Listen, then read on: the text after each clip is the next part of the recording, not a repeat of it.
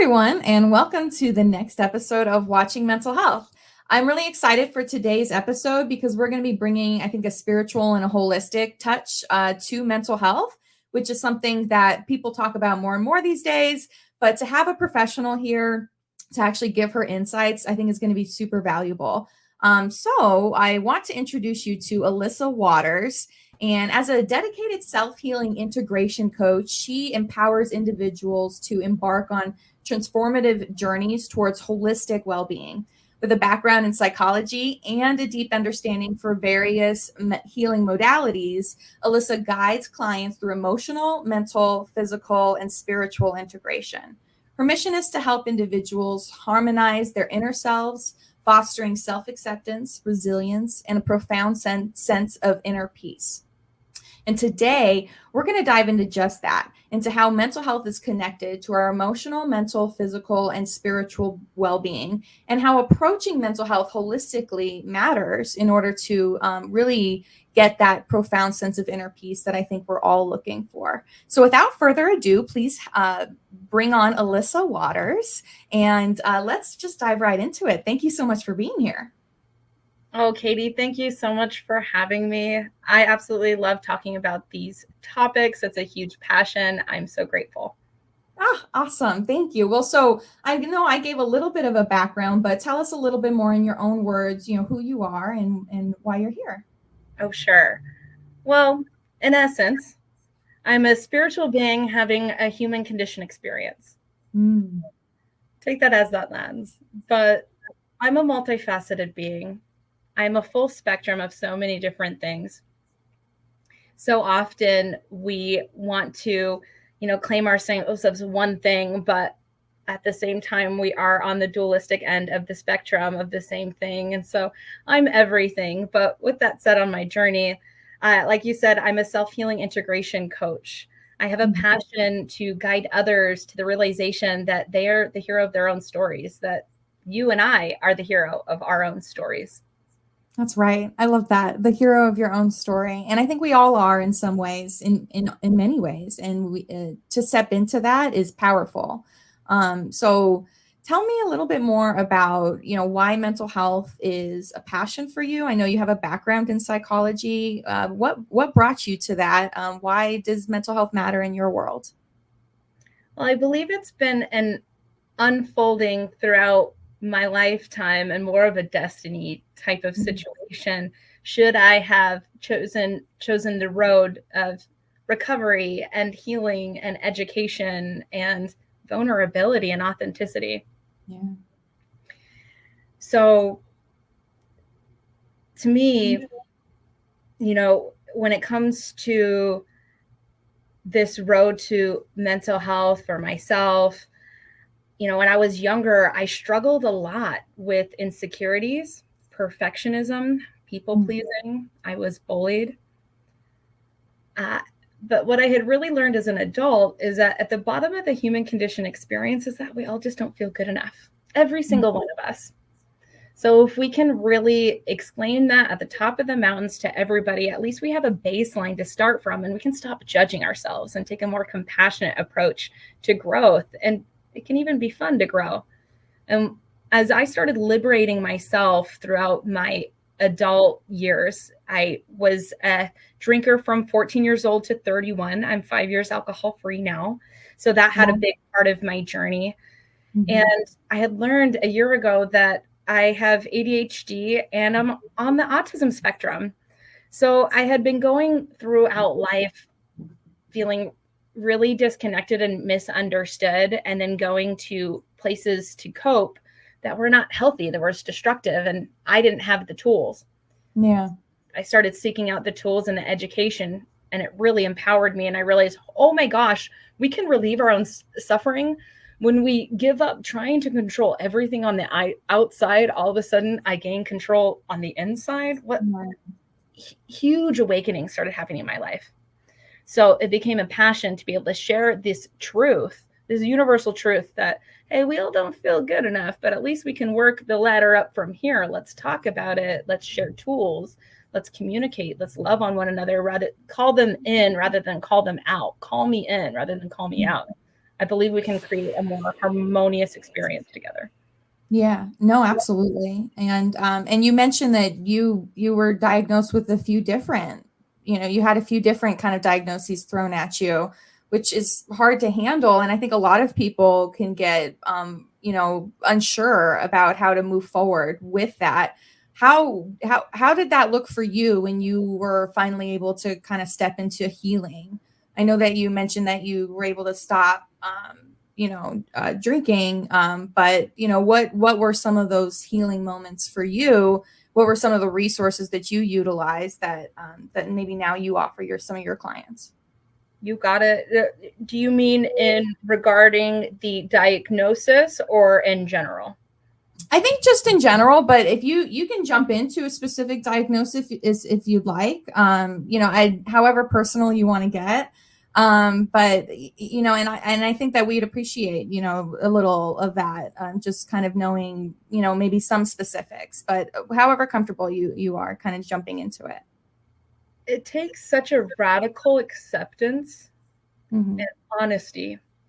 And I had been running away from intimacy for a long time, not knowing how to access those spaces without realizing that intimacy is just radical honesty and an unconditional acceptance of one another, of our environments, of ourselves, of our relationships, of the occurrences.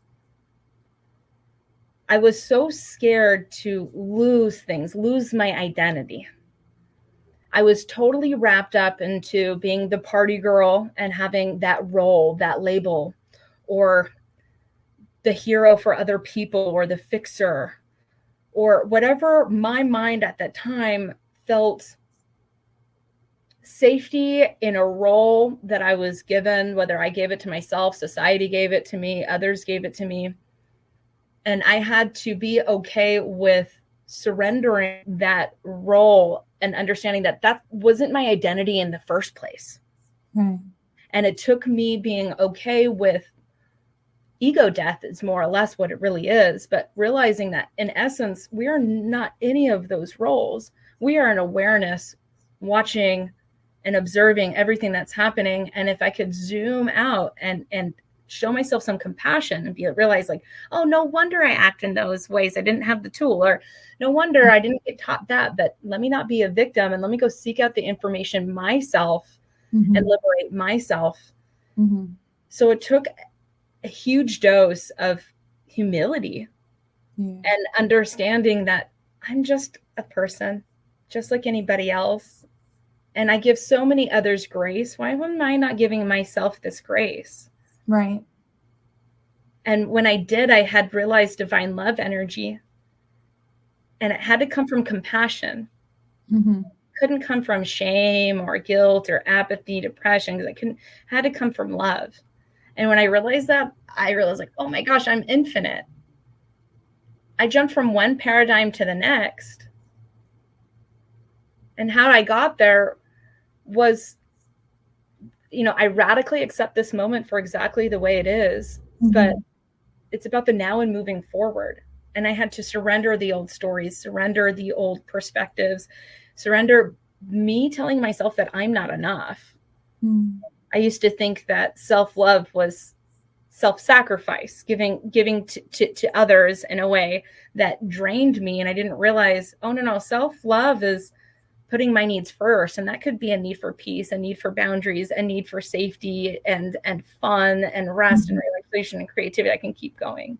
Yeah, absolutely. That reminds me of that quote, why would you, about that inner talk, why would you, if you don't say these things to your best friend, like, why would you say them to yourself? And we could be so harsh on each other, on ourselves, while trying to be compassionate with other people. But I think being compassionate with ourselves is like a key thing that we tend to miss.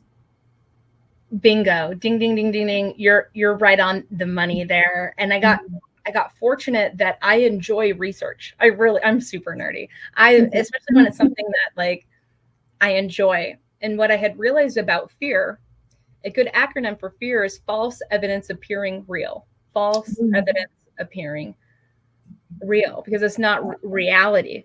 And so when I realized if I fear something, and a way for me to know that I'm fearing it is avoidance. I have a huge pattern of avoidance, or I had a huge pattern of avoidance. Language is important. Let me be careful with that.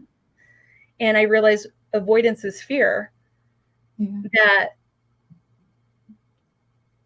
just go and learn about that thing. And when you learn about it, you can understand the dynamics, the foundations, where it comes from, and learn tools to navigate through it.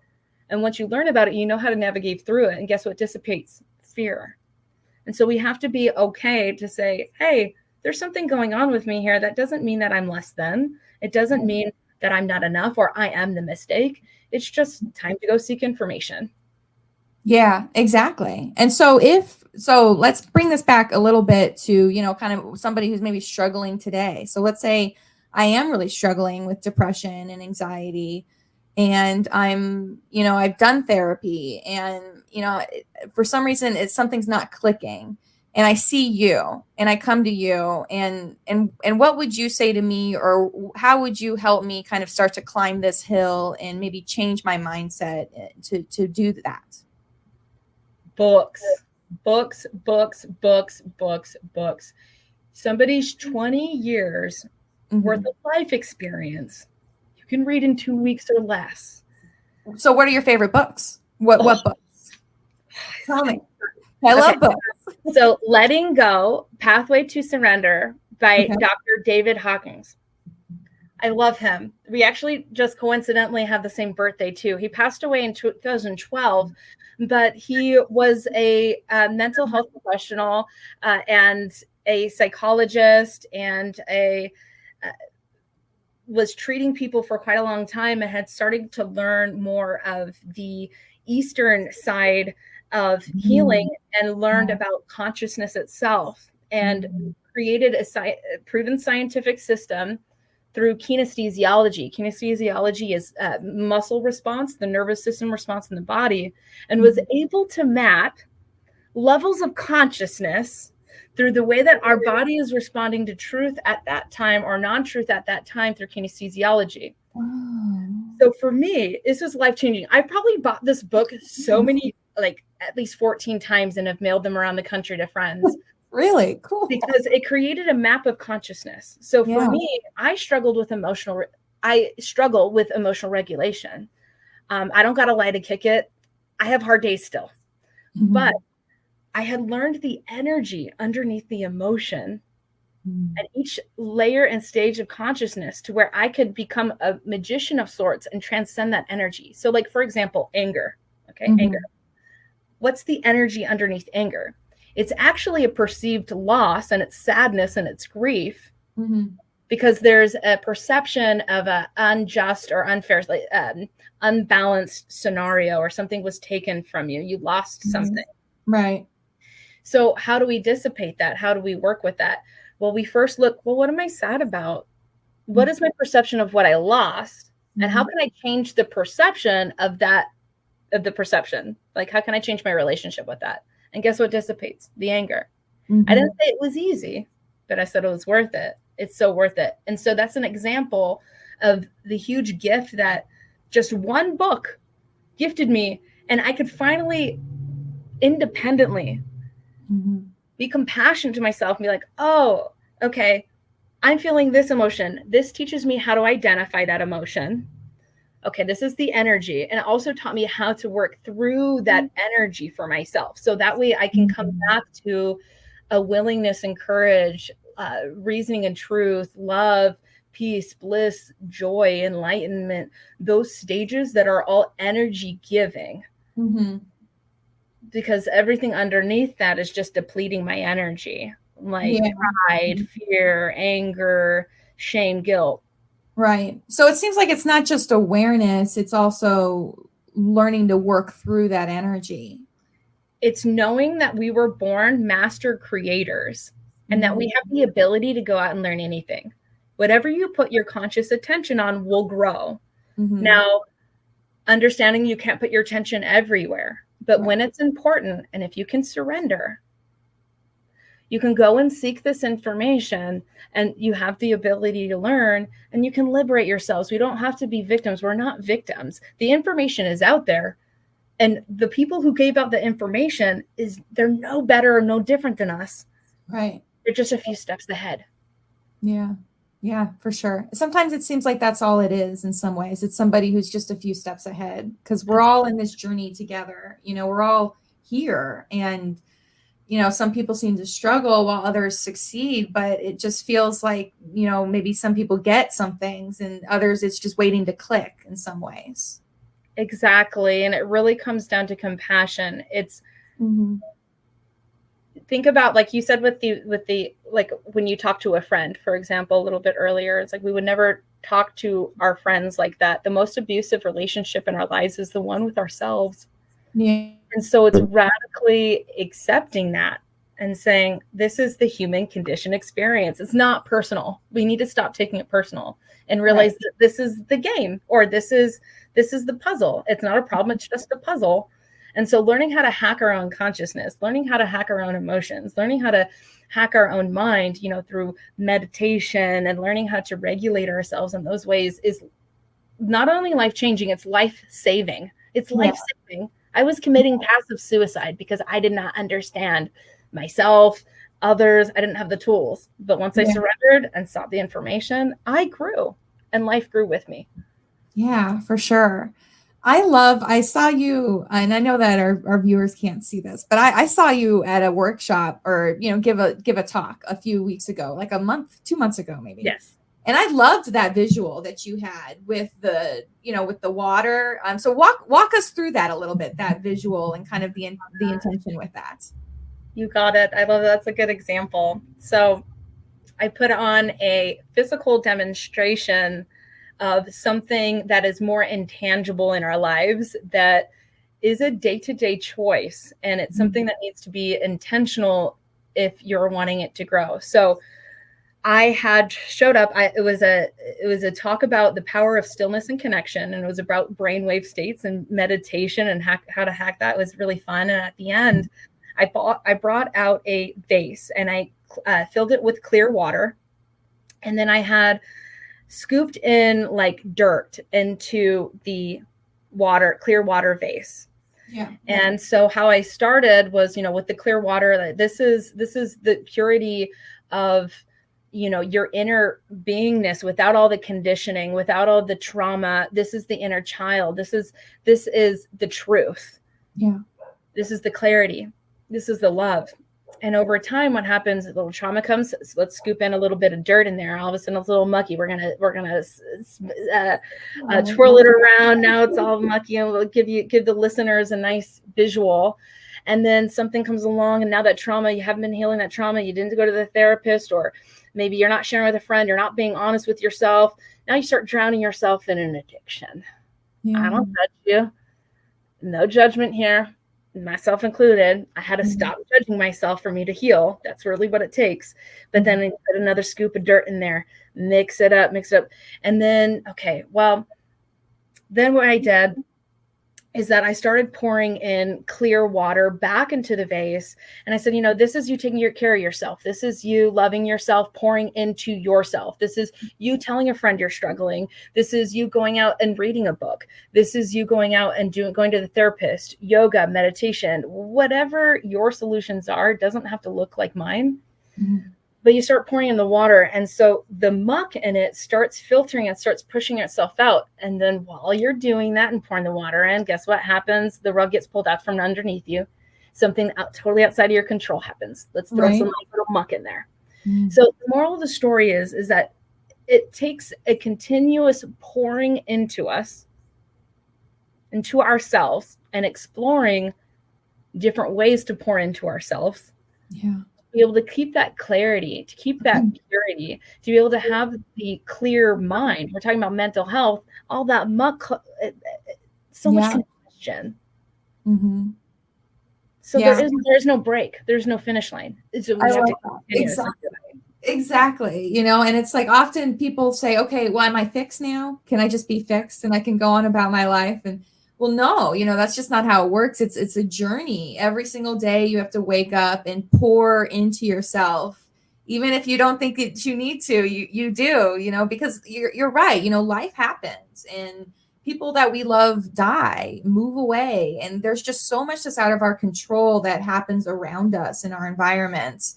But what we can do is continuously try to pour into ourselves, and that's so important. Exactly. And it takes a heart, body, mind, and spirit approach. So, Yeah. for example, we can't heal an injury of the heart with the mind. You can't logically, analytically think your way through something that requires compassion and surrendering and grace Right. and humility. Right. You're not going to get there. So, what happens is that we have a thought, right? And we have to remember that our thoughts are just automatic sometimes symptoms that are going on. It's just a tool to help us navigate through life, that we are not our thoughts itself, but we can over identify with thought form and emotion. So a thought form comes, we judge the thought. Yeah. Depending how we judge the thought, it will create an emotion, an energy giving emotion, or an energy depleting emotion. Now, emotions are felt through the body.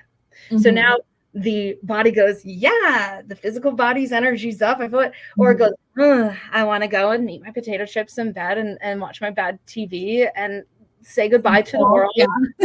And, as I'm looping, saying I'm a terrible human being. Right. That doesn't help anyone. That doesn't help me. It doesn't help you. It doesn't help anyone. So now the physical energy is hit. Now the physical energy is hit. Guess what's hit? The spirit. So heart, body, mind, and spirit, 4 corners. Okay. So if you have a wobble on a corner, you can't grow a foundation. Yeah. So you really do need to address all 4 corners. You really need, in order to feel healed, well, not healed, but in order to continue on your healing journey and to feel healthy and happy in your life. It's wholeness. It's about integrating all aspects of ourselves, especially the aspects that we tend to neglect, and not shaming or hiding and embracing it. Because the sooner that you look at it, the sooner your relief is going to come. The truth does set you free. And I've realized that no one is broken or needs to be fixed. And whoever's hearing this really needs to hear this. I need to hear and remember it myself too. No one is broken or needs to be fixed. We need to remember. We need to remember that we are love and that we don't need to earn it. When you look at fear and you peel layers and layers and layers and layers, I'm like, what is this? Like I said, I'm the researcher type, and I'll sit very introvertedly for hours alone, no problem, on stuff, entertaining myself. You look at fear, it's like a fear of loss and love of so much, a fear of rejection, a fear of being pushed out of a community, a fear of not being accepted for who we are, a fear of learning something in front of somebody else to be judged, a fear of, but when you get down to the bottom of that, we're all just yearning for love. But if we can remember that we are it ourselves, like, for example, if we want to experience love in our life, then go be loving. When you're loving, you experience love. And guess what's going to bound back to you magnetically? It's going to be maybe not from your controlled fixed of where you want it to come from, but it will come from back. And that's where we have to surrender. Right. But we are it ourselves. So how can we find something that we are? Yeah. Life isn't perfect, but that love, I think that's so important, just that compassion for yourself. And so you have, I think, mentioned a few of these things, but what does, self-care, holistically for you look like? I know that you've mentioned books and meditation. Let's say you're having a really bad day. What do you do instead of grabbing those potato chips and curling up on the couch? Great question. It's taken me some time to create daily rituals. And I had realized it's not a thing that I just do when I don't feel good. It's creating automated habits that I know are scientifically proven to help me as a human being. But then on top of it, whatever my personal authority of what I enjoy and what feels good for me, and that can be flexible over time. So what I realized is really about having healthy daily rituals. Now, am I perfect at my daily rituals every day? Not all the time, but for the most part, when I hit them, I feel productive. I get really good positive self-esteem and positive self-confidence. Even the days that I'm feeling depressed, if I do one of them, I'm like, at least I got that done. You go, girl. Right? And so it creates a positive feedback system. So when I wake up in the morning, I like to try to stay away from my phone for at least an hour. Ooh, okay. I'm a very sensitive person. I'm easily conditioned, and I'm highly empathic. So the moment you open up your phone or your social media in bed, you're inviting everybody into your bed with you. Wow. So now you're thinking about their day. Now you're thinking about their problem. Now you're like, oh gosh, that was a petty comment. Now you're thinking about that. And you haven't even said hello to yourself yet. Wow. Yeah. You haven't said hello to your life force energy yet. You haven't had any dialogue within to say, today is a great day. I'm going to be kind to myself. You don't even have an opportunity. You're just going right into it. Yeah. So the days I do that, or I did that, I would see a huge difference in my mental health and my productivity. So I try to stay away for an hour. During that time, I'd like to come downstairs. I love reading. So it's like flexing the mental muscle. I like to do, for me personally, nonfiction, something that I can learn about personal development. And I let my intuition lead me book by book. So even if I have a bunch of books that haven't been read yet, and I just got a new one, if my intuition says read the new one, you need that right now, I listen to my intuition, not my ego. Yes. Stretching. We hold a lot of tension in our bodies, and emotions are energy and motion. Emotions are energy and motion. So when we have an emotion and we push it down, we can't move above it, below it, around it. We have to move through it. Yeah. So this gives me enough time to kind of stretch my body and get any stuck energy out. I could just, I start talking to either my higher self or my spirit guide team or whatever. Those are all labels, but whoever's versions of that, that's what I'm talking to. I said in my day, I do a page of gratitude journaling a day. So I am grateful for. Okay. And then I like to give out positive personal development tools out on the internet, or do something positive or something to serve the community.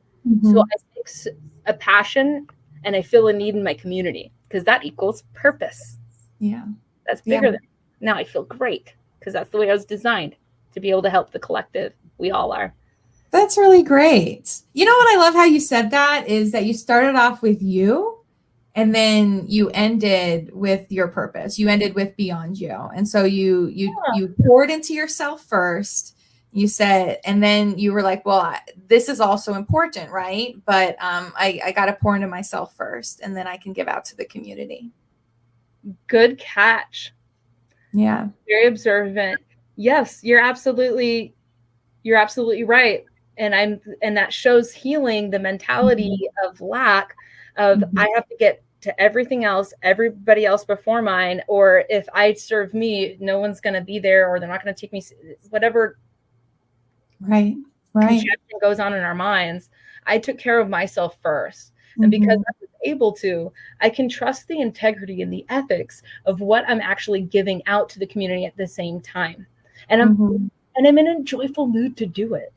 Yeah. Because my cup's overflowing. Yeah, exactly. No, I feel the same way. Like when I'm taking care of myself first, then I find it's easier to post on social media about what about something good for the environment or good. Really important. And I just like how you have such a holistic approach to it. The stretching, all of that's super, super important. So I know we only have 1 minute left, 1 or 2 minutes left, but I want to ask you just this one last question, and then we'll get out of here. And this is something I like to ask all my professionals who come on. But when you think of mental health or mental health diagnosis, do you think of that as something that you can overcome, or something that you should learn to live with? And I'm interested because you also have a personal perspective in this, and that you also have been given mental health diagnoses in your life. It's something to celebrate. Oh, none of us come out unscathed. None of us come into Earth school or onto Earth and not experience trauma, not experience pain, not experience generational cycle patterns, not experience conditional stuff from society. So it's overcome by acceptance and celebration is where I'm at in my state of consciousness at this time. Now, that's always going to be flexible. We'll see what it mutes to. but it's really about celebrating that you have superhero talents through that experience. There are gifts in adversity. And maybe it's not adversity. Maybe it doesn't have to be looked at all. It's just, this is just how I regulate. And it's teaching me how to communicate with others better. It's teaching me how to stand up for myself. It's teaching me how to accept myself and love myself and stop caring what other people think about me. So if some of that was the vehicle that allowed me to help me to get to where I'm at right now, thank you. Thank you, diagnosis, or thank you, regulation, or thank you. Because if it's not going to be this, it's going to be something else. Sure. For So sure. this is what it is. How can I work through it? How can I work with it? How can I pull superhero talents? Like with the autism, for example, I have extrasensory stuff. It helps me so much in my work. It helps me so much. I see things that other people don't see. And now I can guide others. My ADHD, when I'm hyper-focused, it's awesome. Right. I'm a superhero. It is superhero stuff. It is, you know, and I've learned over these last couple of years to start looking at my anxiety in that same way, you know, to be grateful for what it's given me and the superhero talents that I've taken. So I think we're out of time. We can keep talking and talking. I want to, but I have to pause it now. I have to stop us and let it go. But I'd love to have you back on a future episode and we can dive in even deeper. I think it'd be so amazing. I really appreciate you being here with me. Thanks again to Alyssa Waters, and join us every first and third Wednesday at 3:00 p.m. Pacific time. Thank you so much for having me, Katie. Thank you. You are wonderful. Thank you for being here for our community. Thank you. Bye-bye, everyone.